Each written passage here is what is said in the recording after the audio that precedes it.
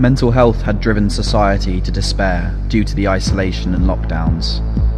The mixed media messages made people become dysfunctional and drove them to the edge of fear.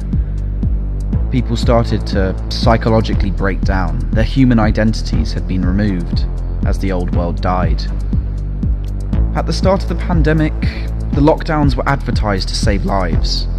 First it was 3 weeks, then 3 months, 6 months, until nearly 3 years had passed. Most citizens were jobless and the government infrastructures destroyed. Corporations moved in to save the world economies, but they, of course, required returns for their investments. There was always a price to pay. Nothing was there for free, but the human mental torture that happened over those years was far too horrendous to ever come back from.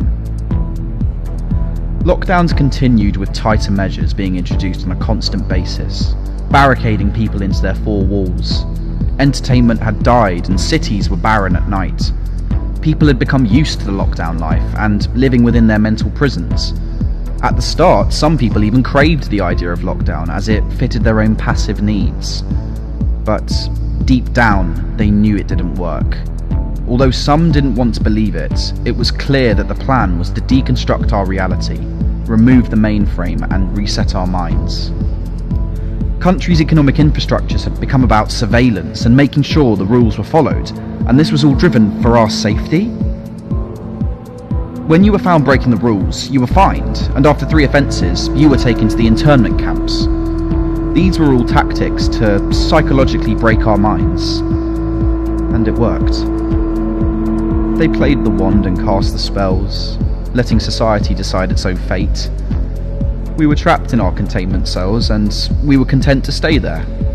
We never learnt that once we connect within, we are the ones in control. Even when the data was proved that lockdowns didn't work, people just continued and served the oppression. People knew the media was lying to them, but they just carried on obeying their inconsistent rules as they had been brainwashed by the lies. A gigantic cloud had moved over humanity, and we were covered in never-ending darkness. After the lies came out, all the smug frontmen of government disappeared and a more harsher, stricter dictatorship was created. They moved in with a stronger objective on getting society back to work.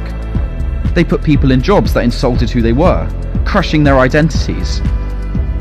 Besides the public sector workers, all industries had died, unless you were willing to be plugged into technology and let your brain work as a data analyzer.